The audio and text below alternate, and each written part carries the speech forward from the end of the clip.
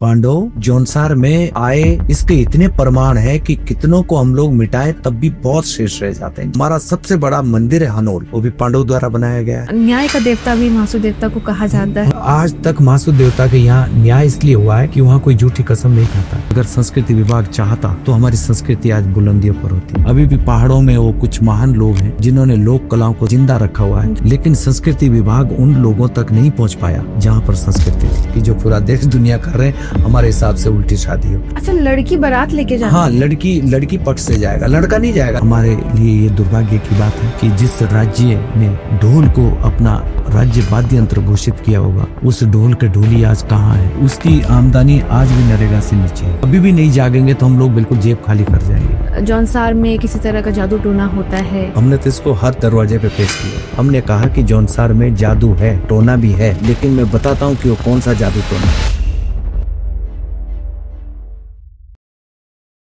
आज के एपिसोड में हम स्वागत करते हैं डॉक्टर नंदलाल भाटी जी का, जो जौनसार भावर रीजन की जीती जागती सांस्कृतिक विरासत है। लोक परंपराओं, रीति रिवाजों, बोली भाषा और पहाड़ी समझ के मूल्यों को संजो कर रखना इनके जीवन का उद्देश्य रहा है। उत्तराखंड का जौनसार भावर क्षेत्र ट्राइबल रीजन के रूप में जाना जाता है, जबकि वास्तव में डीपली रूटेड कल्चरल हिस्ट्री का एक परफेक्ट एग्जाम्पल है। आज की बातचीत में हम डॉक्टर भाटी जी की जीवन यात्रा और जौनसारी संस्कृति के उन पहलुओं पर बात करेंगे जिनको शब्दों में बयां नहीं किया जा सकता, बल्कि सिर्फ महसूस किया जा सकता है। आज हम बात करेंगे उत्तराखंड के सबसे ज्यादा कल्चरली रिच रीजन के बारे में, जौनसार भावर। और आप पिछले 40 सालों से कल्चर को प्रिजर्व कर रहे हैं, स्कॉलर रहे हैं, मैं बोलूंगी राइटर हैं, आर्टिस्ट हैं, फोक आर्टिस्ट हैं। सर, वो टर्निंग पॉइंट क्या रहा जिसमें आपको लगा कि संस्कृति को बचाना जरूरी है? क्योंकि पिछले 4 दशकों में क्या ऐसी जरूरत पड़ी, या क्यों आपको लगा कि कल्चर को बचाना जरूरी होगा? कल्चर तो एक आदमी के, एक इंसान के जो जीवन जीने की पद्धति है, उसी को कल्चर कहते हैं। और आदमी जिस माहौल में, जिस परिवेश में बचपना, जन्म और फिर अपना आंगन, ये सब कुछ करते हुए आता है, तो उसके प्रति स्वाभाविक है कि कहीं पे भी अगर पीड़ा हो, कहीं पे भी वो देखे कि इसमें कोई दिक्कत है, तो परिवार में भी ये होता है कि हम परिवार के प्रति भी अगर कभी कुछ ऐसा परिवार में देखा जाता है तो बच्चा भी वो भी जिद करता है। तो हमारी भी एक जिद थी कि जो लोक कला को समर्पित तबका है, जो लोक कला को समाज में उसको जीवंत रखे हुए पीढ़ी दर पीढ़ी, उनके साथ अगर कुछ ऐसा होता है जो हमको अच्छा नहीं लग रहा है, तो बस उसी को हम लोग थोड़ा बहुत देखते रहे, और जहां जितना होता था उन लोगों के सहयोग में आगे पीछे खड़े होते रहे। तो इसी तरीके से ये 40 साल गुजर गए, और ऐसा लगता है कि पहले दिन से जब इसमें चलना शुरू किया तो आज भी लगभग उसी के आसपास। आपका बचपन कैसा था सर? बचपन में उसको ज्यादा याद तो नहीं करना चाहता, क्योंकि होता यह है कि जीवन की जो चीजें बहुत बुरी है, बहुत कष्टदायक है, उसको याद करना ठीक नहीं लगता। तो हम लोगों ने अपना जो जीवन शुरू किया अपना इस लोक कला का, इसमें बहुत उतार चढ़ाव आया, और मैं ऐसे परिवेश से, ऐसे माहौल से आया। 2 टाइम का भोजन ये बड़े मुश्किल से मिल पाता था, वो भी जैसा तैसा। उस समय कोदो था, झंगोरा था, मक्की थी, गेहूं था, और चावल तो हमारे थे ही नहीं, क्योंकि हमारे पास एक भी खेत हमारे जान पहचान में या अपना तो कभी रहा ही नहीं जिसमें चावल की खेती होती हो। तो ये तो बहुत ही मतलब दुर्लभ था। ये एक माहौल था कि जिस दिन कभी भात बनता था तो छानी के लोगों को भी बुलावा भेजा जाता था कि आज घर आना, आज चावल बनेंगे, यानी बेव भात बनेंगे। ये एक वो है, जौनसार का शब्द है बेव भात। आज तो उस बेव भात को दावत के रूप में ले लिया, लेकिन उस समय बेव भात का यही था कि भात बन गया तो एक अच्छा भोजन हो गया।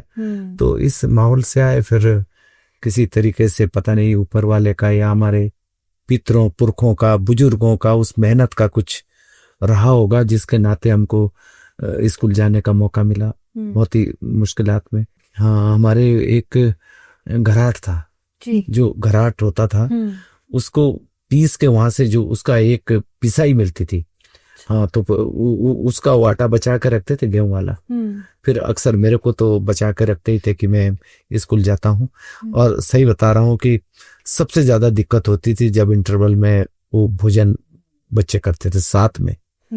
तो क्योंकि उसमें गोलाई में बैठते थे, सब लोगों का भोजन एक दूसरे आपस में ना बांटते थे, चेक करते थे। तो मेरे साथ वो सबसे कठिन समय होता था कि कैसे मतलब, और बच्चों के साथ में अपना थैले में ही एक जगह ऐसे ही लपेट के होता था। कभी कभी प्याज कूट के डाल देते थे या आलू चूल्हे में डाल के उसके, ये माहौल रहा। जो आपने जर्नी जी है, जो आपने आज आप फ्लैग बेयरर या टॉर्च बेयरर का काम जो कर रहे हैं, कैसे देखते हैं आप अब पीछे मुड़ के जब देखते हैं तो? होता यह है कि जब आदमी किसी सफर पे मंजिल के तरफ बढ़ता है तो उसको फिर खुशी होती है। मेरा आज भी मैं लगभग उसी दायरे में हूँ, लेकिन जब ये देखता हूँ कि मैं चला कहाँ से हूँ तब खुशी होती है कि कितने स्टेशन आए हैं बहुत बुरे बुरे, और हम जब भी उन यादों को कभी साझा करते हैं और फिर उसको जो समाज बैकअप करता है शब्दों को या उस माहौल को, तो बहुत अच्छा लगता है कि चलो कम से कम एक सच्ची मुस्कान के साथ अगर जवाब मिल रहा है, तो अगर लोग हमको अच्छा मान रहे तो हम सोचते हैं कि हमारा जीवन अच्छा चल रहा है। कितने लोग आपके परिवार में हैं? आज हम लोग 43 लोग एक परिवार में हैं 43 इस समय। हाँ जी, आज भी एक ज्वाइंट फैमिली सिस्टम से हमारा परिवार चलता है। संयुक्त परिवार प्रणाली आज भी मेरे परिवार में है। और ये क्या पूरे जौनसार में है? हाँ, कि जौनसार बावर में एक परिवार है मदियाई जी, ये त्यूनी क्षेत्र में है। अच्छा, वो कम से कम भी तो 100 के आसपास होंगे, जो आज भी बिल्कुल एक चूल्हे का खाना खाते हैं जब गांव घर आते हैं। हाँ, कि उनकी जो जीवन जीने की शैली है वो जौनसार बावर के लिए नहीं, पड़ोस में हिमाचल के लिए भी एक दर्पण का काम करते हैं जी। उन्होंने इतनी तरक्की करी है हर क्षेत्र में। अच्छा। और आज भी उस परिवार का जब भी आपस में कुछ बातें होती है तो उदाहरण दिया जाता है। पंडित माधोराम उनका नाम था, जिनके नाम से मदियाई है। अच्छा। हाँ, देहरादून में पहला उनका होटल था जिसको माधो निवास बोलते हैं। अच्छा। विकास नगर में भी एक माधो निवास है, जी। हर जगह त्यूनी में भी। तो उन्होंने बहुत ही अपने सीमित साधनों से अपना व्यवसाय शुरू किया था, लेकिन बड़ी बात यह है कि उस व्यवसाय में आज भी परिवार इकट्ठा है और 100 से ज्यादा लोग रहते हैं। जी। सर 43 लोग एक घर में रहते हैं। हाँ। तो बचपन से आपने एरिया में यही देखा है कि जॉइंट फैमिली का सिस्टम है? हम लोग सर जब हमारा परिवार जब गांव में हम लोग पढ़ा करते थे उस समय का भी आलम यही होता था कि हम जब सोते थे तो 10 इधर से सोए 10 इधर से सोए तो पैर इकट्ठे होते थे जी। अच्छा, ऊपर भी उस समय रजाया तो होती नहीं थी। रजाई हमने बहुत बाद में देखी। ये रुई जो है जी। ये बहुत बाद में देखी। तो फिर क्या ओढ़ते थे? हमारे यहाँ ये होता था कि पहले तो जो उसकी ये बिमल की लकड़ी होती है, हाँ। उसके रेशे का भी कुछ तापड़ बोलते हैं उसको बिछाया जाता था। हाँ, उससे बहुत बढ़िया एक मोटा वो बनता थी, मोटी दरी मान लीजिए आप। और फिर उसके ऊपर अक्सर भेड़ बकरियां इनकी जो खाल होती थी उसको बिछाया जाता था। और उसके ऊपर फिर हमारे यहाँ जो दौड़ बोलते हैं उसको, ढाबड़ी भी बोल सकते हैं, मोटी पंखी भी बोल सकते हैं भेड़ के ऊनों की, फिर उसको बिछा के और बड़े बड़े वो लंबे लंबे बनाते थे। भेड़ हम लोग पालते थे बिल्कुल। एक भाई का जो मेरे से बड़ा भाई है उसको आज भी सारे बच्चे ना बेडावा बाप बोल के पुकारते हैं। अच्छा। बेडावा बा, उसने वो भाई बेचारा भेड़ी छुपाता रहा। अच्छा। हाँ, ऐसे ही भैंस वाला भाई, ऐसे सब होते थे। और शाम को घर में बिल्कुल एक साथ खाना खाते थे। परंपरा ये थी कि हम आंगन में होते थे तो तब तक घर में भोजन नहीं करते थे। एक साथ भोजन करना जैसा भी है ये उस परिवार की विशेषता आज भी है।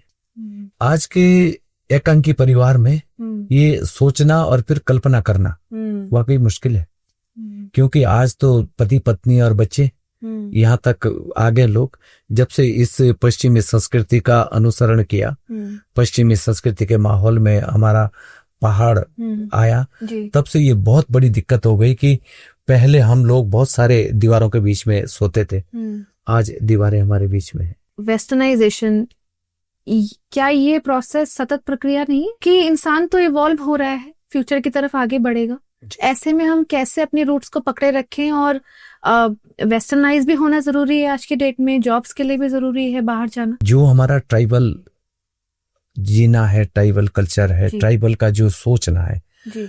आज भी जो पद्धति जीने की उन्होंने बनाई है, जो मानवीय मूल्यों को उन्होंने संजो कर रखा है, वो आज के वैज्ञानिक दौर में भी उसको हम लोग बीट नहीं कर पा रहे। वो ज्यादा बढ़िया है। चाहे आप रहने का, मकानों का, हमारा जीवन जीने का, खेती करने का। क्यों आप ये नहीं मानते कि आज जो है, जो कुलथ की दाल है, हम लोग वो खाते थे, आज उसको कहते हैं कि पथरी का रोग के लिए बहुत जरूरी है। आज हम लोग लाल चावल खाते हैं, कहते हैं ये जो शुगर के लिए बहुत बढ़िया है। आज हम झंगोरा, जो सबसे पुअर अनाज माना जाता था, आज झंगोरे की खीर सरकार कहती है कि लागू करो। ये सब कुछ जो उस समय जैविक रूप से हम लोग विशुद्ध रूप से अपने गाय भैंसों के गोबर से पीठ में ले जा करके, मैंने उस काम को एक बार नहीं, करीब 17-18 साल तक तो किया ही है कि पीठ में हम लोग गोबर ले जाते थे, फिर उसको खेतों में उड़ेलते थे, फिर उसको फैलाते थे, फिर हल चलाते थे, फिर वो जो फसलें आती थी उसको कोठार में, उड़छों में हम उसको पूरे साल भर के लिए रखते थे, फिर सीजन वाइज उसको खाते थे।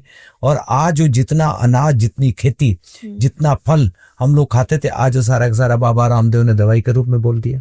तो आप क्या मानेंगे इसको? आज का पश्चिमी ये क्या है, मोमो है, चाउमीन है, या बहुत सारे ये ऐसे फूड है जो बहुत सारी दिक्कतें भी करते हैं। तो हम लोग तो मतलब भोजन के साथ दवाइयों का सेवन कर रहे थे। तो हम लोग कैसे माने कि ये जो आजकल का भोजन है ये हमारे भोजन पे ज्यादा बढ़िया था?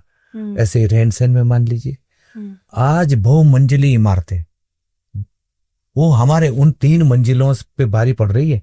जहां मर्जी, जैसा मर्जी बड़े पैमाने का भूकंप आ जाए, बिल्कुल हमारे यहाँ आज भी 4-4 मंजिल के मकान खड़े, जो काचकोनी स्ट्रक्चर पे बने, पीढ़ियों से खड़े हैं, बिना सीमेंट के। सीमेंट तो लगाते ही नहीं थे, लकड़ी और लकड़ी के बीच में चेव बोलते हैं उसको ना, वो आपस में ऐसे फंसाते हैं। दरवाजों में भी मकान को आप ऐसे हिला देंगे तो हिल जाएगा, गिरेगा नहीं। जड़ी बूटियां कहाँ थे डॉक्टर पहाड़ों में पहले? सारी जड़ी बूटियां उन्होंने कितना समय लगाया खोजने में। ये पेट दर्द की है, ये दस्त की है, ये सिर दर्द की है, ये हमारे प्रसव के टाइम की है, ये ताकत की है, ये फल उसका जायका ये है, इसकी तासीर ये है। कितने बड़े डॉक्टर और विद्वान रहे होंगे। तो ये सब कुछ, हाँ इतना जरूर है कि अब ना वैज्ञानिक का दौर है, तो उसमें कवर अच्छा लगा दिया, उस पे उसका मॉडल अच्छा आ गया, प्रचार खूब हो गया, देखने के लिए सुंदर है। लेकिन हमारे यहाँ आज भी एक बहुत बड़ा अब लोग तो उसको नशा बोलते हैं, हमारे यहाँ जो गांव की शराब बनती है उसमें आज भी करीब 40 जड़ी बूटियां डलती है। मुझे भी ऐसा लगता है कि खाने पीने के तौर तरीके कहीं ना कहीं हमारे रूट्स वापस आ रहे हैं अब। हाँ। पहले दादी नानी जो है खरबूजे तरबूजे के बीज सुखा के खाया करते थे, आज हम वो मोल लेकर खा रहे हैं। हमारा बुरांस है, उसका जो जूस है, हम एक बार बंबई में गए थे तो एक कहा कि आप प्रोग्राम के लिए तो आ ही रहे हैं, तो वहां का कुछ ये भी लेके आओ। तो हम लोग एक तो बुरांस का जूस ले गए, राजमा ले गए, लाल चावल ले गए, अपना चोड़ा झंगेल ये ले गए, और टिमूर की लकड़ी ले गए। अच्छा। टिमूर होता है ना जिसका पेस्ट बनाते हैं। हम यहाँ से जो ले गए थे उसको ना, वो करीब 6 इंच लंबी हमने गट्ठी बनाई। बाद में हमने उसके वहाँ 4-4 टुकड़े करे। अच्छा। जब लोगों को कहा कि ये पायरिया दांतों के लिए और इसको लगाओ, तो उसी समय उसमें एक पता चल जाता है, जब वो उसी समय अपना रिएक्शन करता है। पर सर आपको ऐसा नहीं लगता है कि हमारी जो ट्रेडिशनल नॉलेज है वो कहीं गायब हो चुकी है? अब लोग उसे फॉलो नहीं करते। पहले लोग ऐसे कहते थे कि कोदा झंगोरा तो मतलब अपने लिए रखो, कोई गेस्ट आएगा तो गेहूं की रोटी और भात बना के देना है। लेकिन आज चावल और गेहूं से ज्यादा महंगा मिलेट्स हो गए हैं। विरासत नाम से एक यहाँ पे कार्यक्रम चल रहा था डॉक्टर KP जोशी के यहाँ, और जब हमने उस कार्यक्रम को किया तो मैं तो वहाँ पे कल्चर प्रोग्राम तो सारे किए ही, लेकिन बाद में मैं और मेरी बेटी हम लोगों ने एक प्रेजेंटेशन वो भी दिया पूरे वेशभूषा पे और गहनों वगैरह पे। और जब हमको उन्होंने भोजन के लिए वहाँ पे बुफे और सब लगा था, उस पे देखा तो हमने बहुत पसंदीदा भोजन खाया, और सब पता चला बाद कंडाली की सब्जी थी। अच्छा। कंडाली उन्होंने इतनी बढ़िया तरीके से बनाई थी। हाँ। और अपनी वो जंगोरे की खीर है, अपनी वो उसकी मिसी रोटी गांव की, विशुद्ध रूप से गांव का घी मक्खन उसमें है।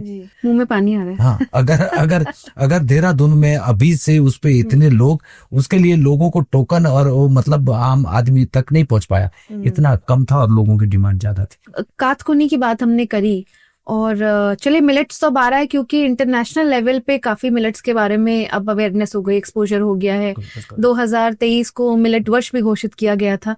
लेकिन जो कातकुनी स्ट्रक्चर है, जो अर्थ को एक सस्टेन कर सकता है और इस तरह के बहुत सारे एग्जाम्पल है, जैसे आपने जड़ी बूटियों का जिक्र करा, लेकिन ये कहीं ना कहीं खो चुका है। जो हमारे शिल्पकार थे, स्पेशली जो वुडन कार्विंग्स कर सकते थे, वो अब नहीं है।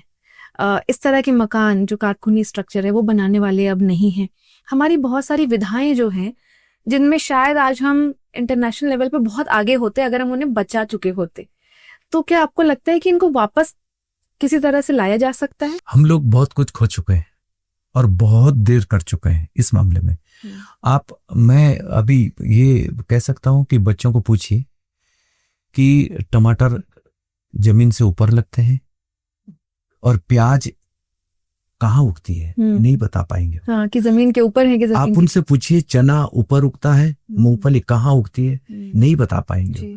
उनको ये मालूम ही नहीं है कि कौन सी चीज जमीन के नीचे उगती है, कौन सी जमीन के ऊपर। हम लोगों ने उनको जब बताया ही नहीं तो उनकी गलती क्या है? हम लोगों ने उस माहौल में उसको रखा ही नहीं। तो आज अंग्रेजी स्कूलों में भेज करके, अंग्रेजी सिखा करके हम लोगों ने सोच लिया कि हमने बच्चों को बड़ा बना दिया। अगर उसमें संस्कार नहीं पड़े तो वो सब कुछ उतना कारगर नहीं है। उस शिक्षा जहां से आदमी माँ बाप भूल जाए, जहां से आदमी अपना देश वतन, अपना गांव, अपनी मट्टी भूल जाए, जहां से अपने देवी देवता, अपनी आस्थाएं भूल जाए, तो वो शिक्षा फिर ज्यादा कारगर नहीं है। मैं ये नहीं कहता हूं कि अंग्रेजी मत सीखो, आप जितनी मर्जी भाषाएं सीख लीजिए, लेकिन जिस माहौल में आपको पैदा किया है उस ईश्वर का धन्यवाद कीजिए कि जहां आप पैदा हुए हैं वहां का कुछ ना कुछ ऋण है आपके ऊपर। अगर आप उस माहौल में नहीं रहेंगे तो ये भी एक अपने दायित्व से आप हट रहे हैं। योग्यता तो आपको कहीं भी ले जा सकती है। हम क्या गर्व करेंगे कि अगर आदमी मानव तरक्की के लिए अच्छा डॉक्टर बन गया और यहां से अमेरिका चला गया, अमेरिका चला गया तो वहां भी तो पेशेंट ही देखेगा। लेकिन हम ये उम्मीद करते थे कि डॉक्टर बनाए तो हम हमारा इलाज करें, अपने देश में मरीजों का वो करे, क्योंकि हमको थोड़ा सा लगता है ना कि अपना आदमी अपने काम भी आना चाहिए। लेकिन हमारा यही होता है कि जहां आप जन्मे वहां का थोड़ा सा ध्यान रखिए। सर, आपने 40 सालों की इतनी मजबूत रिसर्च करी है, इतने टाइम से आप काम कर रहे हैं, क्योंकि आप अक्सर ये भी कहते हैं कि स्कूलों में भाषा पढ़ाने से गढ़वाली या बोली या अपनी संस्कृति के बारे में अगर हम स्कूलों में पढ़ेंगे तो हम ज्यादा कुछ नहीं सीख पाएंगे। मैं इसका विरोधी नहीं हूं कि स्कूल में ना सिखाया जाए। मेरा कहने का मतलब ये कि स्कूलों में आप तब जा रहे हैं जब वो गांव का आंगन खत्म हो गया। क्योंकि जो गांव का आंगन है ना, वो हमारी पाठशाला है, शोध संस्थान है। वहां से जो चीजें अंकुरित होती है ना, आप अगर कोई भी अनाज 10 किस्म के 50 किस्म के बाजार में ले आए, और बाजार में ठीक है, बाजार में तो दुकान है तो वहां आना चाहिए, लेकिन वो खेतों में भी के लिए बीज भी तो बचना चाहिए जहां से वो हर साल आता रहे। हर साल वहां से जो है वो चीजें आनी भी तो चाहिए। तो जो हमारा बीज है वो गांव से निकलता है, लोक संस्कृति का। हमारे सारे व्यवहार, हमारे आड़े तिरछे कदम पहले वहीं से सीखते हैं। उन कदमों को हम अपनी आवाज को उस आवाज में जब मिलाते हैं, जब 100 के तादाद में वहां पे महिला पुरुष है, उनके साथ हम भी पीछे पीछे अपनी आवाज को सुधारते हैं। और जितने भी स्टेप है लोक संस्कृति के, जितने भी पद चाल संचालन है, उसकी जो अदाएं, उसकी जो मुद्राएं है, वो कभी भी सिखाई नहीं जाती। वो आदमी सीखता है वहां जो है उस सांचे में डलता है, उस भाव में वो उस संगीत को, उस कल्चर को सीखता है। तो मेरा कहना यही था कि वो स्कूल आपका 2-4 कमरों का हो सकता है, वो 50 कमरों का हो सकता है, लेकिन जो हमारा आंगन है वो लाखों लाखों लोगों के लोक कलाओं का केंद्र है। तो वो नहीं मरना चाहिए। आप अपने बच्चों को गांव के आसपास जरूर लाएं, नौकरी करिए, आप वहां रहिए, लेकिन क्या साल में 15 दिन आप उस गांव को नहीं दे सकते अपने बच्चों के साथ? इसी के बिहाफ पे मैं जौनसार रीजन के बारे में थोड़ा सा आपसे जानना चाहूंगी कि कल्चर के हिसाब से मुझे बहुत रिच लगता है जौनसार रीजन पर्सनली। पहले तो जिन लोगों को ये नहीं पता है कि जौनसार कहाँ से कहाँ तक है, थोड़ा सा इसके बारे में बता दीजिए। जौनसार का अपना एक परिचय है और ये ज्यादा बड़ा क्षेत्र नहीं है। मैं इसको अगर भौगोलिक हिसाब से आपको बताऊं तो ये विकास नगर एक जगह है और विकास नगर के पास एक डाक पत्थर बैराज है। डाक पत्थर बैराज का जो पुल है वह संगम बनाता है जौनसार के नदियों का। इधर से टौंस नदी आ रही है जो पर्वत से आती है उधर, ये बहुत ऊपर से रूपीन सुपीन नामक स्थान से, हनोल से और ऊपर मोरी क्षेत्र से भी और ऊपर से ये पर्वत से आती है और वहां डाक पत्थर में ये हमारी यमुना से मिलती है। यमुना हमारे इधर, ये आप इसका पूरा क्षेत्र इससे नापेंगे तो हमारा डामटा है, नौगांव है, लास्ट में फिर बड़कोट इधर छूट जाता है। इधर पुरोला से हमारी सीमा बनती है, आगे मोरी जरमोला से होते हुए। अच्छा। और ये पूरा एक रिंग रोड है ऐसे करके, और वापस हम लोग आते। इसके जो बीच का क्षेत्र है वो जौनसार कहलाता है। जौनसार में मात्र अभी दो ब्लॉक है केवल जी।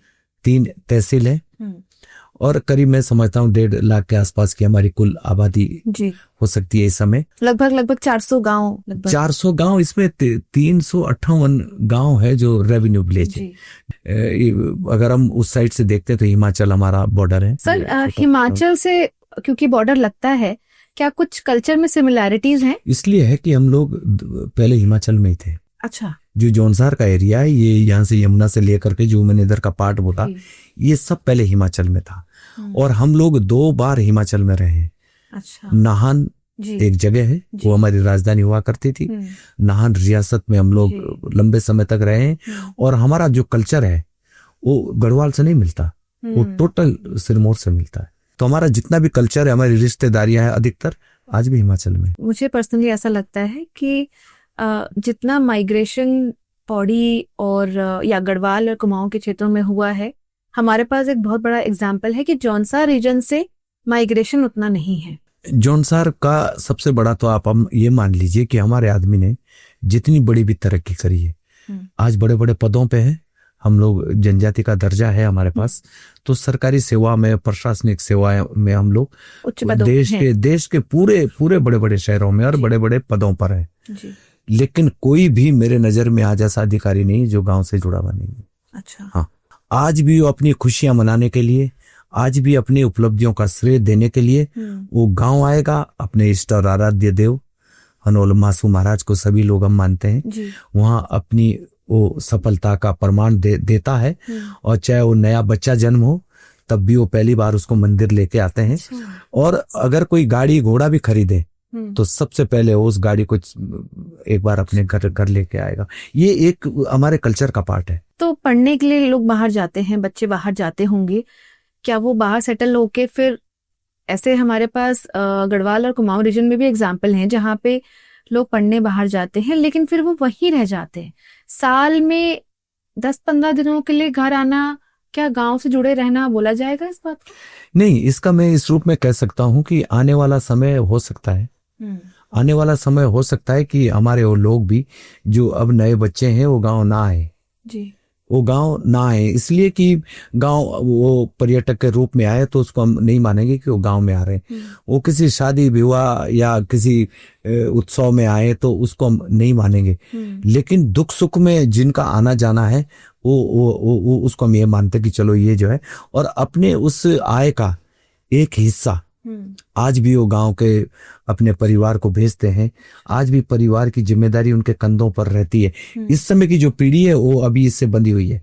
हाँ, आने वाला जो समय उसके लिए हम भी दुखी हैं और थोड़ा सा कष्ट भी है कि आने वाली जो पीढ़ी है वो शायद गांव को उतना समय दे ना पाए। मान लीजिए कोई 25 साल का युवा है जो दिल्ली में या बॉम्बे में या कहीं भी बैंगलोर में जॉब कर रहा है, उसको हम क्या कहकर या किस रीजन से वापस गांव बुलाएं? गांव आना इसलिए चाहेगा वो कि जो उनके माँ बाप है जो इस समय है, उन्होंने उनको पहले ही कक्षा से, पहले ही साल से अपने दादा दादी, नाना नानी और गांव का जो कुछ ऐसा माहौल है उससे उनको बांधे रखा हुआ है कि जब भी माघ आएगा तो गांव चलेंगे। माघ के महीने में हाँ, तो उधर वो देखते हैं कि मेहमानदारी है और बहुत सारे, क्योंकि जो बाहर आदमी है वो मानो वो कोई भी दावत मनाए, वो घूमने जाए, वो कोई भी अच्छा भोजन खाए, तो वो रोज का मामला नहीं है। जब बच्चों की छुट्टियां होगी या तो तब, या तो सैटरडे संडे वीकेंड पे वो कुछ करते हैं। लेकिन जो गांव का माहौल है वो फिर उनको याद आता है कि गांव चलेंगे, पूरे साल भर उसका इंतजार रहता है। और अभी भी ये इतना जरूर है कि जितने भी हमारे लोग हैं सर्विस में, रिटायरमेंट के बाद भले ही विकास नगर देहरादून में एक अस्थायी ठिया उन्होंने बनाया है, लेकिन अभी भी गांव से अधिकतर लोग बिल्कुल जुड़े हैं। क्योंकि सर संसाधन नहीं है। अगर मैं आज आना भी चाहूँ, मैं चाहूँ कि मैं ऑर्गेनिक खाना खाऊं, मैं चाहूँ कि मैं साफ हवा में रहूं, क्योंकि शहरों में तो पोल्यूशन भी बहुत ज़्यादा है, लेकिन हॉस्पिटल्स नहीं है। मैं अपने बच्चे को आज पढ़ाना चाहूँ गाँव में, अच्छे स्कूल्स नहीं है, तो मैं कैसे गाँव आना चाहूँ? मैं चाह के भी नहीं आ सकती। उत्तराखंड का आप कोई सा भी बड़ा शहर ले लीजिए, जैसे पिथौरागढ़ है, नैनीताल है, अल्मोड़ा है, हमारा हल्द्वानी है, या जोशीमठ है, अपना श्रीनगर है, पौड़ी है। ये आपको शायद मालूम हो कि जो पौड़ी है, हमारा जो अच्छे डॉक्टरों का पैनल है, जो अच्छे डॉक्टर्स हैं, उनका पैनल आज भी पौड़ी में बैठता है, क्योंकि हेल्थ केयर नहीं है। हालांकि पेपर्स में शायद ऐसा बताते होंगे कि पौड़ी में डॉक्टर्स हैं, बट पौड़ी में कोई डॉक्टर्स नहीं है। ये हमारा दुर्भाग्य है कि पौड़ी में डॉक्टर्स नहीं रह रहे हैं, लेकिन उनको नामित और उनको पोस्टिंग वहीं किया गया है। मैं अभी खुद गया था, मेरी बेटी असिस्टेंट प्रोफेसर बनी अभी, तो उसका जो एक मेडिकल डॉक्टरी का एक प्रमाण पत्र लेना था, तो मैं देहरादून आया। मैं देहरादून यहाँ पता करा कि ठीक है भाई देहरादून, तो देहरादून उन्होंने कहा नहीं, इसका पैनल पौड़ी ही बैठता है और उसके लिए आपको पौड़ी जाना पड़ेगा। तो मैं गया पौड़ी। उस दिन मंगलवार का दिन था, सारे डॉक्टर आए, सारे विशेषज्ञ आए। ये जब हम लोग जागरूक नहीं है, अब आप ये मान लीजिए ना, पूरा गढ़वाल तो वगैरह के डर के मारे जो है बाय समेटे हुए खड़ा है। जंगल तो शायद पहले ज्यादा थे, आज जो है जंगल कम हो गए तो वगैरह ज्यादा कहां से आ गए। लेकिन ये तब है जब हमने उस क्षेत्र को छोड़ दिया, हमने वहां का केयरलेस कर दिया उसको, पहाड़ों से हम लोग नीचे उतर गए। मैं देहरादून में आके फिर पहाड़ के विकास की बात करूं, मैं देहरादून में बस करके फिर पलायन की बात करूं, तो ये सब वही तो है जो बात पलायन की करते हैं अपने आप, जो अस्थायी रूप में देहरादून है। लेकिन ये सच्चाई मानिए बहन, आज बोल रहा हूं मैं, सब पहाड़ चढ़ेंगे आने वाले समय में। मैं उत्तराखंड के संस्कृति विभाग के बारे में भी थोड़ा बात करना चाह रही हूँ।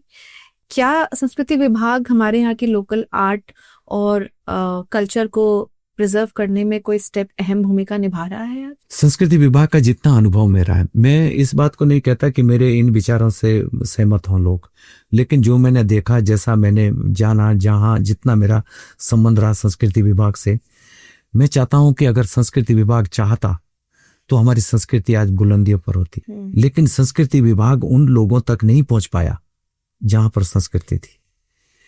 जो हमारे संस्कृति के गुणी लोग हैं, जो संस्कृति के महान हस्ताक्षर है, जो उसके शहंशाह है, जो उसके बादशाह है, जो उन संस्कृति के मूल को जानते हैं, जिन्होंने पूरा जीवन पीढ़ी दर पीढ़ी उसको वहां जिंदा रखा है, संस्कृति विभाग उन तक नहीं पहुंच पाया। आज हालांकि संस्कृति विभाग में 100-150 के करीब दल हमारे हो सकते हैं जो पंजीकृत हैं, उसमें कलाकार हैं, लेकिन वो कलाकार वो हैं जो संस्कृति विभाग में ऑडिशन देने आए या एग्जाम देने आए, अपना रजिस्ट्रेशन करने आए। लेकिन जो हमारे उत्तराखंड का असली और ओरिजिनल कलाकार है, जो बेचारा बहुत सारे गुणों से संपन्न है, वो यहाँ क्यों आए? उसके पास तो अगर कुछ बचाने के लिए तो विभाग को जाना चाहिए था, उसको वहीं से सुरक्षित करना चाहिए था, उनका दस्तावेजीकरण होना चाहिए था, उनको फिल्म के जरिए, कैमरे के जरिए, आज तो विज्ञान बहुत तरक्की कर चुका है, आपको जाना ही मात्र था उनके पास, बाकी वहां से एक पूरी धरोहर आपको दे देते। वो पूरी एक लाइब्रेरी अपने पास रखते हैं उस विषय की, पूरा एक पुस्तकालय उनके पास रहता है। तो ये समय चूक गया। अब बहुत कम लोग हैं, अभी भी नहीं जागेंगे तो हम लोग बिल्कुल जेब खाली कर जाएंगे। अभी भी पहाड़ों में वो कुछ महान लोग हैं जिन्होंने लोक कलाओं को सदियों से, पीढ़ियों से, अपने पुरखों से जिंदा रखा हुआ है। हमारे रहते हुए वो सब लोग हमारे सामने जो है खत्म हो रहा है। इस बात का हमको बहुत दुख है, इसलिए दुख है कि हम बचा भी नहीं पा रहे। हमारे लिए ये दुर्भाग्य की बात है कि जिस राज्य ने ढोल को अपना राज्य वाद्य यंत्र घोषित किया होगा, उस ढोल के ढोली आज कहाँ है, किस दशा में है, उनका संज्ञान लेना चाहिए था। तो वाद्य यंत्र बजाने वाले लोग हैं, तो क्या सुनने वालों में कमी आ गई है? आज का जो दौर है ना, आज आपके बच्चे हैं वो पढ़ेंगे भी, उनको जो है अच्छी ड्रेस भी चाहिए, उनको जो है जाने के लिए संसाधन भी चाहिए, उनको स्कूल में फीस भी देनी है। जो एक गांव का ढोल बजाने वाला है वो इसमें से कितनी जरूरतें पूरी कर सकता है? आज क्यों बजाएगा उस ढोल को? जिस ढोल में खाना भी 11 बजे बाद मिले खाने के लिए, वो भी पता नहीं आधे पेट मिलता है, बासा मिलता है, कैसा मिलता है, तो वो उस विधा को क्यों तो खुद से सीखेगा और क्यों अपने बच्चों को सिखाएगा? जो एक कलाकार को उसका ड्यू रिस्पेक्ट है वो नहीं मिला जी। उसका एक जो रिन्यूमरेशन वो चाहता है कि मैं कोई भी काम आज करती हूँ, मैं चाहती हूँ कि मेरी सैलरी या मेरे को जो उसका मानक मिले वो एक स्टैंडर्ड पे हो, वो हमारा काफी लो है अभी ऐसे आर्टिस्ट के लिए, लोक कलाकारों के लिए। जो एक कलाकार है उसकी आमदनी आज भी नरेगा से नीचे है, जो सरकार का एक मानक है जी कि इससे कम तो मजदूर भी जीवन जी नहीं सकता। तो जो एक लोक कलाकार है वो तो उससे भी नीचे है। वो कैसे आपको जो है उस ढोल को कंधे पे रखेगा? आपको जरूरत पड़ रही है उसको महीने में 1 दिन, तो 1 दिन के लिए आप कितना देते हैं उसको? वो 29 दिन किसके घर पे जाएगा? हालांकि कुछ संज्ञान लिया है अब, जब लोगों ने इसकी दस्तक दी है कि जो मंदिरों में ढोल नगाड़ा बजा रहे हैं, सुबह 4 बजे उठ के वो नौबत बजाते हैं, शाम को 10 बजे वो फिर एक नौबत बजाते हैं सोने की, और जितनी देर भोग लगेगा उसको बिल्कुल उतनी देर तक वो अपनी ताल बजानी है। तो अब आप लोगों ने जो मंदिरों में पुजारी है, जो मंदिरों के और हैं, उनको तो तनख्वाहों में, उनको मानदेय पे आपने रख लिया, लेकिन जो ढोल बजाने वाला है, नगाड़ा बजाने वाला है, जोड़ी बजाने वाला है, वो तो उससे भी पहले बैठ जाता है अपने उस पे अपनी छड़ी हाथ में लेके बजाने के लिए। तो उसको भी तो एक उचित मानदेय मिले। तो अब कुछ हुआ है, हमें खुशी हुई कि कहीं कहीं जो है उनको मानदेय पे रखा गया, और जहां मानदेय पे रखा गया वहां की कला बच रही है और बचेगी। लेकिन जो गांव स्तर पे है, क्योंकि गांव हमारा ये संगीत तो गांव में है ना, वहाँ थोड़ी दिक्कत है। जब तक इनकी सुध लेंगे नहीं, इनको एक आज तो सब कुछ दिया जा रहा है सरकार की तरफ से, तो फिर लोक कलाकारों को क्यों नहीं जो गांव में है? सर जब गांव में लोग नहीं रहेंगे, ऐसी विधाएं हमारी लुप्त होती जाएंगी, लोगों के मानदेय उनको नहीं मिलेंगे। हमने ऐसे बहुत सारे एग्जाम्पल्स देखे हैं जहाँ पे संस्कृति विभाग के द्वारा मानदेय ना मिलने का मुद्दा भी सामने आया है। संस्कृति विभाग तो उसका एक कारण तो ये है कि आपके पास साल में बजट है 1 करोड़ का, और आपने कार्यक्रम करवा लिए 3 करोड़ के। ये एक उस विभाग की थोड़ी सी कहीं पे भी चूक है। भाई आपकी जेब में जितने पैसे, आपको दुकान से उतना ही सामान तो खरीदना चाहिए, और फिर उसके बाद कलाकारों का जो बिल है, कलाकारों का जो मानदेय है, वो मिलता नहीं है। क्या संस्कृति विभाग के द्वारा बाहर के जो कलाकार हैं, जो उत्तराखंड के नहीं रहने वाले हैं, जिनका मानदेय भी बहुत ज्यादा है, क्या उनका यहाँ पे आना जाना बहुत ज्यादा, या उनके कार्यक्रम की संख्या ज्यादा है? ज्यादा कम तो नहीं, लेकिन यह है कि वो आते हैं, उनको पूरा आदर मिलता है जी। हफ्ते भर में 15 दिन में उनको भुगतान मिल जाता है, और हमारे से लगभग 10 गुना उनको मानदेय देते हैं जी। ये हमारी हमेशा थोड़ी सी दिल में टीस रही है कि जो हम लोग उत्तराखंड में रह के, गांव में रह करके, गांव से आ करके हम लोग अपनी संस्कृति को बचाने का या उसका मूल जिंदा रखने का प्रयास कर रहे हैं, हमारे लिए तो बजट है नहीं, 3-3 सालों तक नहीं है, 2-2 सालों तक नहीं जी। जब टाला जा रहा है, या फिर बहुत सारे संस्कृति विभाग के बिल ऐसे हैं आज भी जो पेंडिंग पड़े हुए, मिले ही नहीं, भुगतान ही नहीं हो पाया। कभी वो टाइम वार्ड का बहाना लग गया, कभी बजट का बहाना लग गया है। हम लोगों ने इसकी शिकायत अपने संबंधित नेताओं से भी करी कि जी हमारे बिल हैं वहां, और ये जो 2 टाइम जिनका खाना ही उस पे निर्भर है, उनको आप लोग साल भर पेमेंट नहीं देंगे तो खाएंगे क्या? लेकिन क्या कर सकते हैं फिर, है जवाब मिल जाता है वहां से कि अब हो जाएगा, महीने भर रुको, 2 महीने रुको, 3 महीने रुको। तो बहुत सारे मेरे जैसा व्यक्ति था जो फिर हम लोगों ने कहा नमस्कार। तो क्या लोक कलाकार सारे मिलके एक अपनी यूनिटी दिखा के बॉयकॉट या कुछ इस तरह का आंदोलन भी कभी बहुत बार सोचा है? बहुत बार, और इसका कोई कलाकारों ने बहुत बार उस दरवाजे पे जाके वहां पे अपनी बात को रखा, अपने बात के लिए पैरवी करी, लेकिन ज्यादा कुछ निकल के आया नहीं। होता ही यही है फिर कि कुछ कलाकार जो है, हम कलाकारों में भी ज्यादा दिक्कतें ये रहती है कि जब भी संस्कृति विभाग को जरूरत पड़ती है तो अपना काम कहीं ना कहीं से निकाल लेते हैं।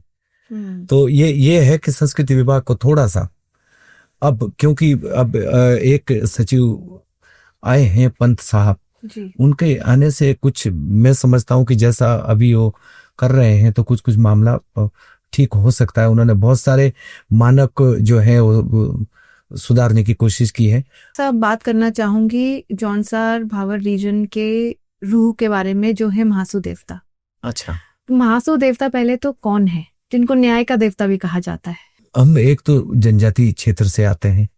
अब क्योंकि आज तो वैज्ञानिक का युग है, कोई मानता है कोई नहीं मानता है, लेकिन हम लोग इस रूप में भी मानते हैं कि उस बहाने ही, वो एक बहाना ही मान लीजिए, लेकिन उस बहाने पे हम लोग एकजुट हैं। उस दरवाजे पे, उस चौखट पे हम लोग अपना शीश नवाते हैं, अपनी मनोकामना रखते हैं, और अगर वो पीढ़ी दर पीढ़ी लोगों का वहां आना जाना है तो कुछ ना कुछ बात तो होगी। अगर उनकी यात्रा निकलती है, अभी चालदा महाराज की यात्रा निकली है, 15 दिन 20 दिन हुए होंगे, महीना भर शायद यहाँ से हिमाचल गई है वो, तो हजारों की संख्या में एक जगह 40,000 के करीब रात्रि विश्राम हुआ। हमने ऐसे वीडियो सरफेस होते देखे हैं जहाँ पे हिमाचल और उत्तराखंड का एक बड़ा ओवरलैप बोल सकते, कल्चर ओवरलैप देखने को मिला है, जहाँ पे हर 12 साल बाद चालदा महाराज जो हैं वो अपना स्थान बदलते हैं। बिल्कुल। ये क्या कहानी है? ये अब मैं आपको जरा थोड़ा इसको संक्षिप्त में बताता हूँ कि जौनसार भावर क्षेत्र, जैसा मैंने कहा कि ये टोंस और यमुना के बीच में था, और जंगल थे वहां पे, एक बियड़ टाइप का क्षेत्र रहा, और वहां पे एक किरमिर दानव नाम का एक बड़ा राक्षसी बोलेंगे हम उसको, एक दानव वहां पे था, जो हर दिन एक मनुष्य की, एक मानव की बलि उसको चाहिए होती थी। ये कुछ उसके साथ तय हुआ था, और पूरा क्षेत्र भयभीत था। तो वहां अनोल के पास एक गांव है मेंद्रत, वहीं के एक पंडित जी थे उना भाट नाम के, उनके बताते हैं कि उनके 7 पुत्र थे, 6 बलि चढ़ चुके थे उसके। अच्छा। 6 का शिकार कर चुका था वो दानव, 7वां बेटा था, उसका भी नंबर आने वाला था।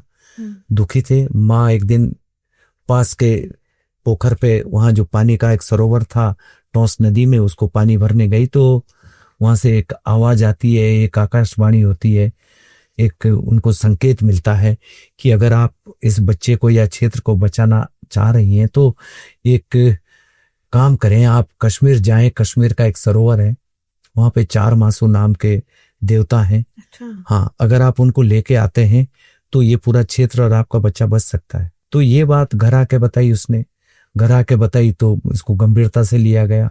बहुत सारी दिक्कतें हैं, ऊना भाट जी जाने को तैयार हुए, तो कहा कि आपकी उम्र तो अब है ही नहीं, कश्मीर तो बहुत दूर है, आप पहुंच भी नहीं पाएंगे, पैदल सफर था। फिर उनको जो है माँ हाटीश्वरी जो माँ है, दुर्गा माँ है, उन्होंने उनको ढांढस बंधाया, विश्वास बंधाया, मार्ग उनका प्रशस्त किया, उनको भेजा। तो कहते हैं कि जैसे भी दिव्य व्यवस्था से गए और वहां पे 4 मासों को बड़ी कहानी लेके आए। अच्छा, कश्मीर से आए? कश्मीर से, बिल्कुल, एक कश्मीर के सरोवर से जी। वो 4 भाई थे। अच्छा। हाँ, और ये भी एक बड़ी रोचक कहानी है कि जब वो वहां गए तो उन्होंने अपनी मिन्नत रखी किसी तरीके से, तो जो सबसे छोटे भ्राता थे 4 मासों के, चालदा महाराज, उन्होंने ही मदद करी, और वहां पे कहा कि आप मेंद्रत में एक बड़ा खेत है, उस खेत में आप हल चलाएं। उसकी कुछ शर्तें रखी गई कि दूध मुँहे बच्चे, बैल के छोटे छोटे बच्चे होने चाहिए, आप उसमें औपचारिकता के लिए चांदी का हल बनाएं, सोने का उसमें फाल लगाएं, फिर उसमें आप हल चलाएं, तो हम लोग वहां पे प्रकट हो जाएंगे। अच्छा। ऐसा हुआ, इसमें भी विघ्न आया। कुछ तो ये कहा जाता है कि जब तक का वो समय निर्धारित था, उससे पहले एक बलि और होनी थी जो उस बेटे की थी।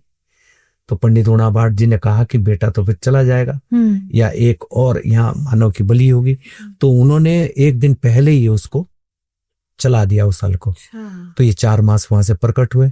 सबसे पहले बाशिक महाराज जो सबसे बड़े देवता हैं, उसके बाद बोठा महाराज जो दूसरे नंबर पे हैं, उसके बाद पवासी महाराज जो तीसरे नंबर पे, उसके बाद चालदा महाराज जो चालदा।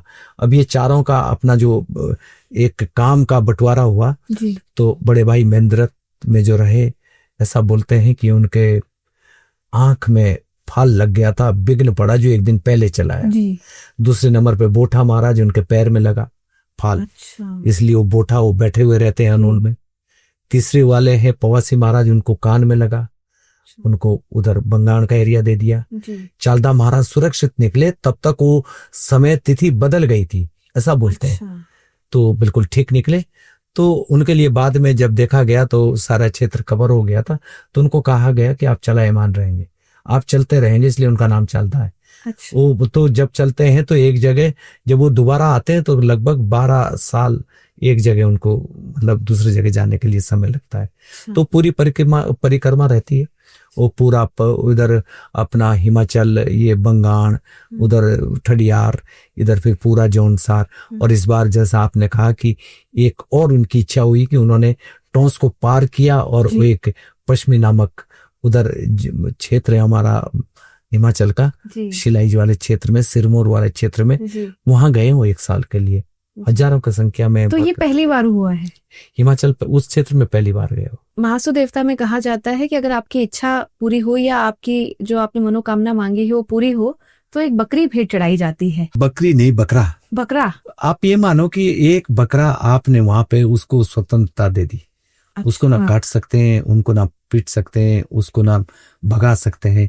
वो एक देवता के यहाँ आपने छोड़ दिया, एक फ्रीडम का हाँ, तो वो बकरा जो है फिर देवता के लिए आपने गिफ्ट कर दिया। और वो देवता फिर एक तरीके से पूरे जीवन भर स्वतंत्र रहेगा। और उसको लोग बड़ा आदर भी देते हैं। जब कभी हम अपने किसी विवाद के लिए वहां जाते हैं, किसी मनोकामना के लिए वहां जाते हैं, तो कोई सा भी बकरा होगा तो उसके पीठ पे ना ऐसे पानी डाला जाता है। अच्छा। और हाथ जोड़ के हम विनती करते हैं, महाराज हमारा ये काम होगा तो आप स्वीकृति दें, नहीं होगा तो आप लेट जाएं। संकेत है उसके ना। तो अच्छा। वो फिर बकरा जवाब देता है। वो उस पानी को ऐसे निकाल के हाँ। अलग करके वो आपकी मनोकामनाओं का संकेत देगा। तो अगर लेट जाएगा? नहीं, नो, फिर नहीं। अच्छा, तो नहीं होगा। अगर झाड़ दिया पानी तो मतलब हो जाएगा। स्वीकार। अच्छा, ऐसी मान्यता है। ऐसी मान्यता। न्याय का देवता भी महासु देवता को कहा जाता है। हम लोगों की आस्था है वहां पे। हम लोग अपने मतलब बहुत सारे झगड़े, बहुत सारे आपसी विवाद उस चौखट पे, उस मंदिर पे निपटाते हैं। कोर्ट केसेस भी वहां पे निपटाई जाती है। कोर्ट केस तो नहीं है, लेकिन यह है कि आज तक महासु देवता के यहाँ न्याय इसलिए हुआ है कि वहाँ कोई झूठी कसम नहीं खाता है। और पंचायत की बात जब हो रही है तो महिलाओं का भी एक एंगल है।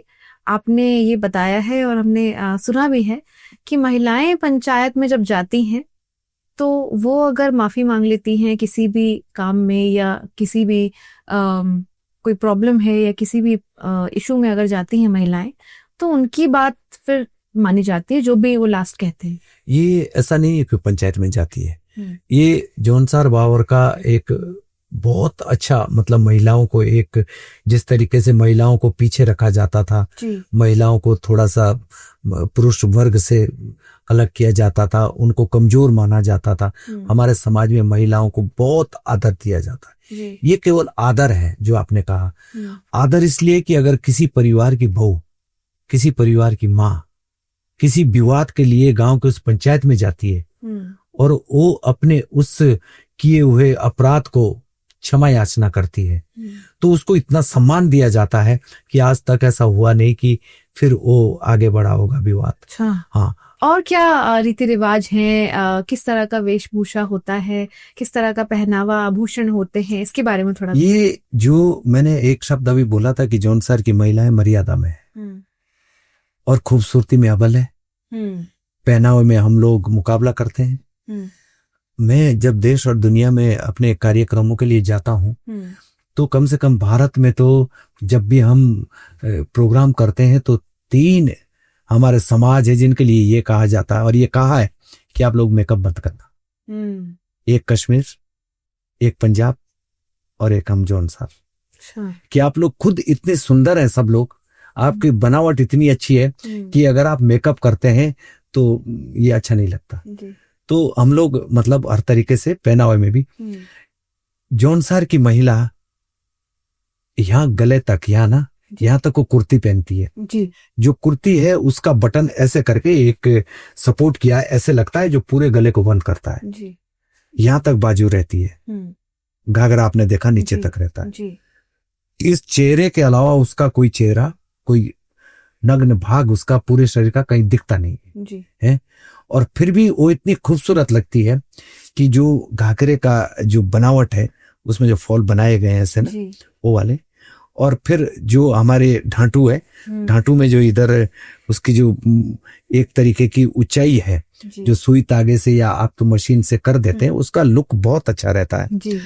कानों में 2 चीजें पहन सकते हैं, एक मुर्की होती है और एक तुंगल होता है। अच्छा कान में 2, और ऊपर वाले साइड उत्तराया बोलते हैं उसको। अच्छा, जैसे अंगूठियां होती है जी, उसी आकार की होती है, किसी के 5 होती है कान में, किसी के 7 होती है कान के हिसाब से। जी, वो फिर ऐसे बहुत सुंदर लगती है। यहाँ पे जहाँ पे मांग टिका होता है, राम कलिया चाम कलिया उसको बोलते थे, जी, चांदी की या जिसे भी धातु की या पीतल की जो भी है वो बनाते थे। अब आप नाक पे आ जाइए, नाक पे आप एक नथ पहन सकते हैं, एक फुली पहन सकते हैं, एक फिर यहाँ पे बुलाक पहन सकते हैं। ये 3 मतलब नाक के हमारे आभूषण है। जी, आप जो है गले में यहाँ पे हमारा एक खगाइली है, शूच है और चंद्रहार है, मंगलसूत्र है, तेमणियां है। ये गले के लिए पूरा यहाँ से लेके यहाँ तक ये हो सकता है। हाथ में पूरे ग्लास नुमा चूड़ी पहन सकते हैं। अच्छा, तो जितना भाग थोड़ा दिखता है वो फिर गहनों से लबालब है। नाज नक्श से हमारी महिलाएं पहले ही जो है खूबसूरत है। हाथों में पहुंची भी है? नहीं, हमारे यहाँ चूड़ी पहनते हैं। अच्छा, चूड़ी होती है एक ऐसा जैसा लंबा ग्लास नहीं है जी, उसको ऐसे लगाते हैं। हाँ, और यहाँ से फिर उसमें एक पूरा लॉक लगता है, लंबी एक कील होती है, वो चांदी का होता है, जी, उसको ऐसे लगा के वो पूरा ग्लास रहता है दोनों अच्छा। साइड से। ये भी है। और अब चूड़ियों का सीजन भी आया है, माहौल आया, बदला है थोड़ा सा, लेकिन हमारा पुश्तैनी और पारंपरिक गहना वही है। अच्छा, तो ये सब पहनने के बाद हमारी महिलाएं बहुत खूबसूरत है। और जहाँ पुरुष वर्ग की बात आती है, हम लोग नीचे झंगेल पहनते हैं, भेड़ के ऊन की एक पायजामा है, वो चूड़ीदार होता है, अच्छा, बहुत अच्छा होता है। जी, काले में भी और सफेद में भी, भेड़े 2 रंग की होती है, जी, काले और सफेद में हो सकता है। उसके ऊपर फिर हम लोग चोड़ा पहनते हैं, वो जिसमें ऐसे धारियां सी बनी होती है, हाथ से बनाते हैं, हाथ से उसको तागे को काटते हैं, फिर वो चोड़ा पहन सकते हैं। और नीचे अब तो खैर कपास होता नहीं है, अब तो बाजार से ही अक्सर कपड़ा लाते हैं कॉटन का, फिर उसको पहनते हैं। और पेट में पूरा एक पट्टू उसका ऊन का होता है, वो भी पहन सकते हैं। सिर में टोपी आपने हिमाचल की देखी है, तो लगभग हमारे यहाँ भी सिमिलर है। उस टाइप की बनती है। तो जब हम अपने टोपी में कलगी भी होती है? कलगी एक सम्मान है। अच्छा, कलगी एक देखा होगा आपने, चांदी का आधा चंद्र जैसा बना होता है, फिर उसके छोटे छोटे उसमें नीचे वो बना देते हैं झूमर टाइप का, उसका कलगी बोलते हैं। और कलगी हमारे यहाँ सम्मान देते हैं, मतलब कलगी एक उच्च सम्मान, वो हर एक व्यक्ति को नहीं, लेकिन जैसे कोई बड़ा आदमी आता है तो हम उसको टोपी पहनाएंगे, और टोपी में फिर वो यहाँ पे कलगी वाला वो अच्छा, उससे पिन से वो भी पिन कर देंगे। तो कलगी एक मुखिया का सम्मान है। और सर मरोज फेस्टिवल क्या है? क्योंकि हमारी फसलों को बेसिकली उस टाइम पे हार्वेस्ट सीजन माना जाता है, और उस टाइम पे मरोज फेस्टिवल मनाया जाता है। मरोज फेस्टिवल बिल्कुल कल है, कल से शुरू हो रहा है। अच्छा, हाँ। 11 जनवरी को इसका एक निश्चित दिन है। हालांकि अगर मंगल वगैरह पड़ जाए तो इसको टाल देते हैं एक दिन, कहीं कहीं तो 11 को ही मना लेते हैं। हमारा ये वाला महीना पूरा रेस्ट का रहता है, आराम का रहता है। अच्छा। 11 महीने हम लोग बहुत मेहनत करते हैं, अपने खेतों में पड़े रहते हैं, अपने जंगलों में पड़े रहते हैं, अपने जो है पूरे उससे जानवरों के साथ, भैंस, घोड़ा, खच्चर, भेड़, बकरी, सब कुछ, तो बहुत कष्ट करते हैं, पूरा मेहनत करते हैं, पूरा कृषि कार्य करते हैं। ये पूरा महीना, क्योंकि इस समय ना तो कुछ खेतों में है, जो खेतों की फसलें वो हम घरों में सुरक्षित कर चुके हैं। सर ये तो हमने बात करी फेस्टिवल्स की, आभूषणों की, लाइफस्टाइल की, लेकिन बहुत सारे मिथ हैं जौनसार के कल्चर को लेके। उत्तराखंड में ही जो गढ़वाल के लोग हैं या कुमाऊं के लोग हैं, अलग अलग तरह की भ्रांतियां हैं कि जौनसार में किसी तरह का जादू टोना होता है, या भ्रमित कर लेते हैं लोग को, या मोहित कर लेते हैं। इस बात में सच्चाई कितनी है सर? जब हम लोग घर से बाहर निकले तो आपने तो कम, हमने तो इसको हर दरवाजे पे फेस किया है। अच्छा, हम मतलब देश के, ये मानो हम लोग कन्याकुमारी में गए, हम लोग कलकत्ता में गए, हम लोग बम्बई में गए, हम लोग महाराष्ट्र, हम लोग एमपी में गए, हम लोग छत्तीसगढ़ के उधर मायनों में गए, मतलब जितने भी पूरा जो है बाघा बॉर्डर से लेकर पूरा राजस्थान का बॉर्डर पार किया, सब में घूमे। लेकिन जैसे ही जौनसार का नाम आता था उसके पीछे तुरंत लोग ये बात बोलते थे सर पूरे इंडिया में ऐसी कैसे हो सकती है? हमारे यहाँ अब ये है ना, जहाँ हम जाते हैं वो तो कल्चर वाले लोग हैं, वो तो शोध करने वाले लोग हैं, वो तो कल्चर की मतलब जो पीएचडी करने वाले बड़े पूरे देश की खबर रखते हैं, हमसे ज्यादा उनको मालूम होता है हमारे बारे में। लेकिन वहां तक भी ये बातें पहुंची हुई है। तो सर ये कैसे हो कि जौनसार में जो है वहां मुर्गा बना देते हैं, वहां खाडू बना देते हैं, वहां जो जादू टोना कर देते हैं। लेकिन हमने जब उनको बोला जितना भी हमसे बन पड़ा जी। हर जगह हमने फिर इसको खारिज किया। तब लोग बाग इसको समझे। हमने कहा कि जौनसार में जादू है, जो आप कह रहे हैं वहां टोना भी है, लेकिन मैं बताता हूं कि वो कौन सा जादू टोना है। वो जादू टोना ये है कि जब आप हमारे घर में आएंगे ना, तो सबसे पहले आपको गर्म पानी से आपके पैर धुलवाए जाएंगे। अच्छा। और आपके जो पैर है वो हमारे घर की बहू बेटी धुलवाएगी गर्म पानी से। उसके बाद फिर आपके पैरों की मालिश की जाएगी। उसमें चुल्लू का तेल जो अपना बनाया हुआ उससे आपके पैरों की मालिश की जाएगी। उसके बाद आपको परिवार के सबसे ऊंची जगह, टकरी बोलते हैं हम उसको, उस टकरी में उस सम्मानित जगह पे आपको बैठाया जाएगा। फिर आपको वो जितना कुछ उस परिवार में अच्छा होगा, वो गरीब कितने ही भी हैं, लेकिन उस गरीबी में जितना भी अच्छा उनके पास है भोजन, आपको वो परोसा जाएगा। आपके साथ एक आत्मीयता की, एक प्रेम की, एक अपनेपन की बातचीत की जाएगी। तो उस जादू से बहुत सारे लोग वही के हो जाते हैं। ये जादू था वो। आप लोगों ने उसको ये मान लिया कि हमने कोई उससे पुड़िया खिला दी, या हमने कुछ वहां मंत्र उच्चारण करके अपने उसमें वशीकरण कर लिया। ऐसा कुछ भी नहीं है। तो इतना प्यार मिल जाता है कि इंसान वहीं का हो जाता है। कि आपके यहाँ कोई मेहमान आया है तो उस दरवाजे पे पहले तो शाम को आ जाएंगे लोग कि आपके यहाँ मेहमान है, सुबह ये हमारे यहाँ खाने पे होंगे। उससे फिर दूसरा आएगा कि नहीं नहीं आपके यहाँ नहीं, हमारे यहाँ 2 मेहमान और भी है तो ये हमारे यहाँ आएंगे। तो लूटपाट होती है मेहमानों की। और मैं ये कह रहा हूं, आप इसको इसका विस्तार करिए ना कि आज भी मैं कल गांव जाऊंगा। तो कल भी ये है कि मैं कम से कम 20 लोगों के घर में मेरे को खाना खाना पड़ेगा, कल ही कल। लेकिन अगर आप ये कहें कि वहां लोग जो है मंत्रों के साथ या किसी जादू टोने के साथ या कोई वशीकरण करके लोगों को ऐसे भरमाते हैं, तो ऐसे लोगों को, इसीलिए मैंने गीत लिखा था, गीत लिखा बकायदा, घरे घरे सबुए समझाने बो बेटी है ना गोडे दुआने, देशी परदेशी चुगेली लाओ बदनाम हो गए जो सारी गाँव। ये लाइन है उसकी कि हम जो है सेवा करते करते बदनाम हो गए। पूरे उत्तराखंड में पांडवों का बहुत ज्यादा इन्फ्लुएंस रहा है। बहुत सारे हमारे बड़े बड़े मंदिर जो हैं वो पांडव शैली में बने हैं, लेकिन जौनसार इसका काफी बड़ा एक जीता जागता सबूत है। फिर चाहे लाखा मंडल की बात हो, आपको क्या प्रमाण दिखाई देते हैं जो बाकी दुनिया को उसके बारे में इतना नहीं पता है?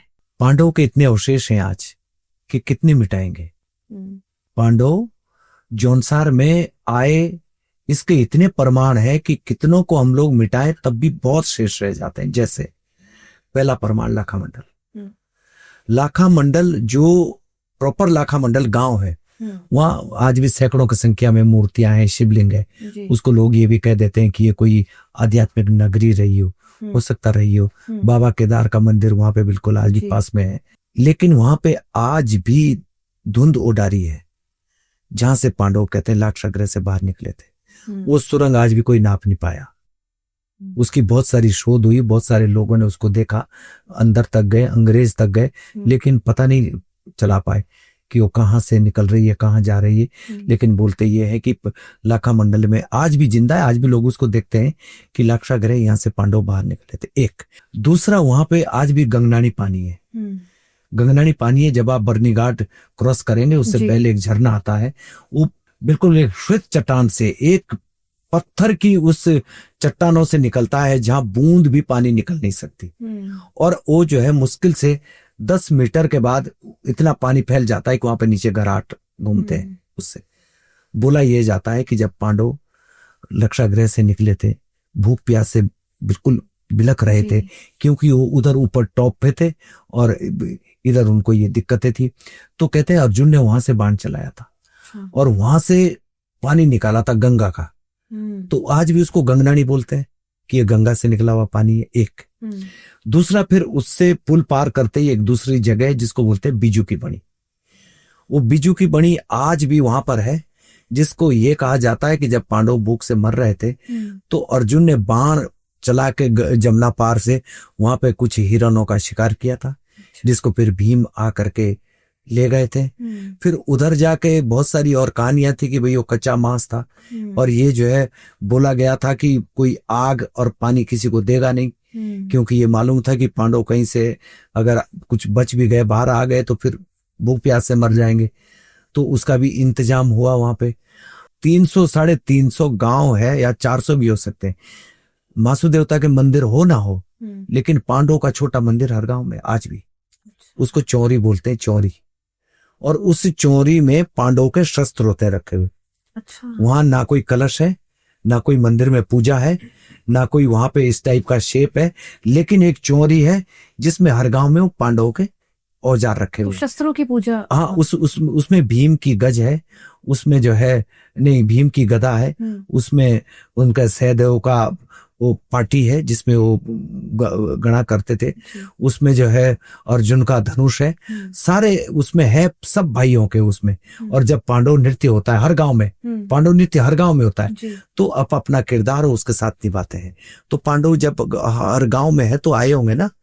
और पांडवों का जो हमारा सबसे बड़ा मंदिर है हनोल, जिसमें आज भी मासु देवता है, वो भी पांडव निर्मित है, वो भी पांडव द्वारा बनाया गया है। हमारे बहुत सारी जगह है, वहां पे गोरा घाटी है, उसकी घटना पांडव से संबंधित है।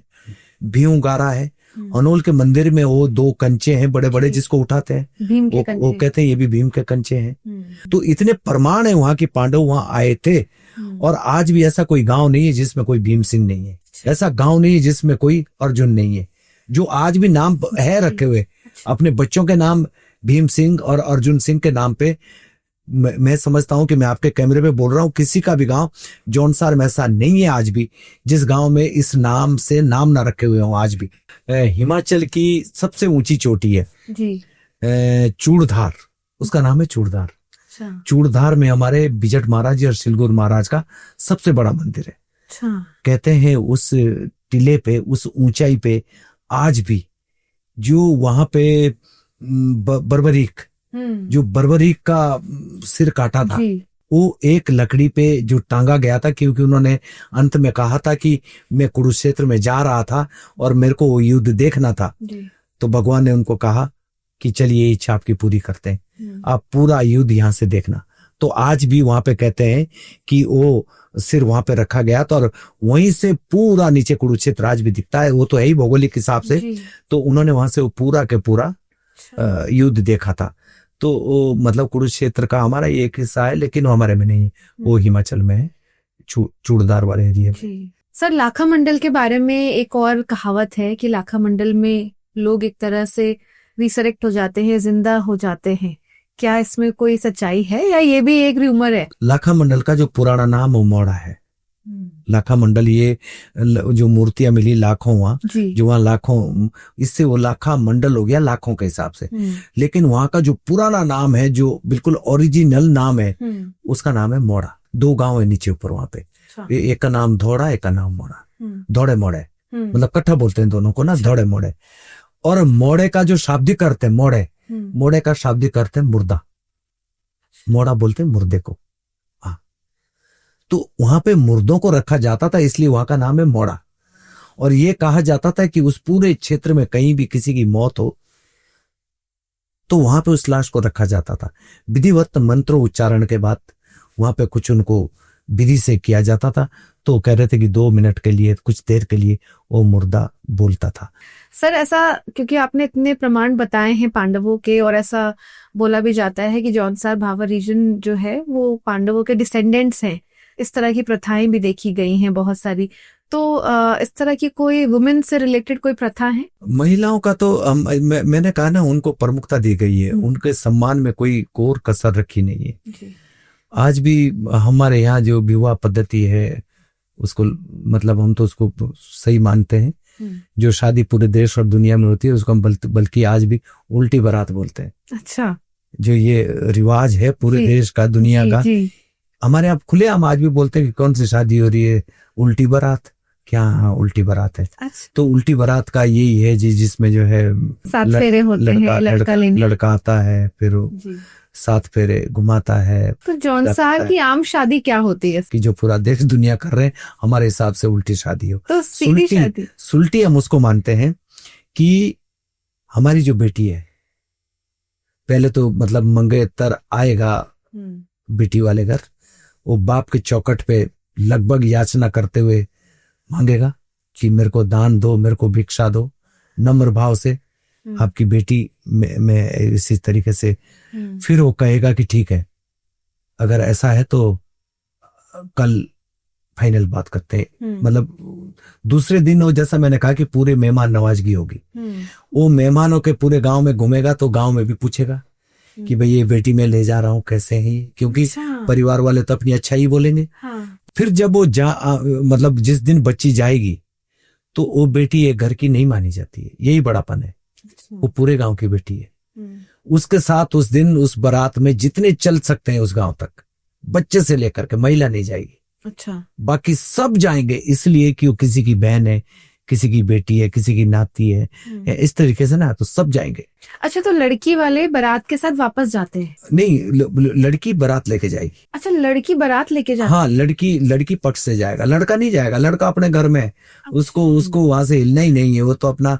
और फिर हमारे जब वहां जाते हैं तो दहेज का जो इतना बड़ा, जिसके लिए सरकार भी समाज भी इतने कुछ अपराध आज घटित हो रहे, हमारे यहाँ ऐसा बिल्कुल भी नहीं है अभी भी, आज भी। और परसों ये तय हुआ फिर कि हमारे यहाँ जो बहुत पुराना रिवाज था उसको फिर से लागू करो। और वहां भी मतलब ये 7 फेरे नहीं है, हमारा काम उसी 15 मिनट में चलता रहा है और आज भी चला कि पंडित जी आएंगे, वो जो है दूध और भात उसको दो इसमें रखेंगे और बाद में उसको दूध भात को इकट्ठा मिलाएंगे ऐसे, यानी उसको जो है दूध और भात के साथ दोनों को इकट्ठा मिला दिया, एक दूसरे को खिला देंगे और शादी की औपचारिकता पूरी हो गई। इसको बोलते हैं दूधा भाती। 7 फेरे वाली जो शादी है वो अलग है, और हमारे यहाँ उसको बोलते हैं केवल दूधा भाती। यही बोलते हैं कि दूधा भाती खिलाई पाई हो यानी शादी हो गई। वो चावल मिला दिए दूध के साथ भात को, और दोनों ने एक दूसरे को खिला दिया और शादी की औपचारिकताएं पूरी। सर, इस पे एक प्रश्न और है। अभी रिसेंटली हमने न्यूज या आर्टिकल्स में पढ़ा है कि जौनसार रीजन में लड़की को कितना स्त्री धन दिया जाएगा या कितने गहने दिए जाएंगे, इसका एक मानक तय हो गया है। कितने गहने दिए जाएंगे ये नहीं बोला गया, ये बोला गया कि वो कितना पहनेगी शादी में। वो बंदिश एक दिन की है। अच्छा, मैं आपको बताते चलूं और क्लियर कर देता हूं जी। वो बंदिश केवल एक दिन की है, उस दिन की है जिस दिन शादी होगी।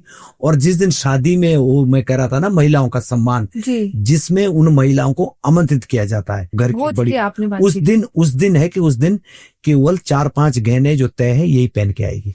मुझे बहुत मजा आया आपसे बात करके। थोड़ा सा मुझे सौभाग्य मिला कि मैं आपसे संस्कृति कि ABCD थोड़ी छू पाई हूँ। संस्कृति वाकई विराट है। मैं भी आप ही के क्लास में हूँ, मैं भी प्राथमिक विद्यार्थी के तौर पे हूँ, और बकायदा बोल रहा हूँ कि मेरी बातों से सहमत हो कोई ना हो, और इस बीच में कोई ऐसा शब्द, कोई ऐसी बात निकली भी हो तो उसके लिए बकायदा माफी चाहता हूँ, क्योंकि हम भी सुन के लोगों से वही कैमरे पे बोलते हैं, वही बात चर्चा करते हैं। इतनी बात जरूर है कि मैं जिस समाज में रहता हूँ वहाँ ये जो अच्छाई आती मैं गर्व के साथ बोलता हूँ। जी, बहुत बहुत धन्यवाद सर। आपको प्रणाम, सबको प्रणाम।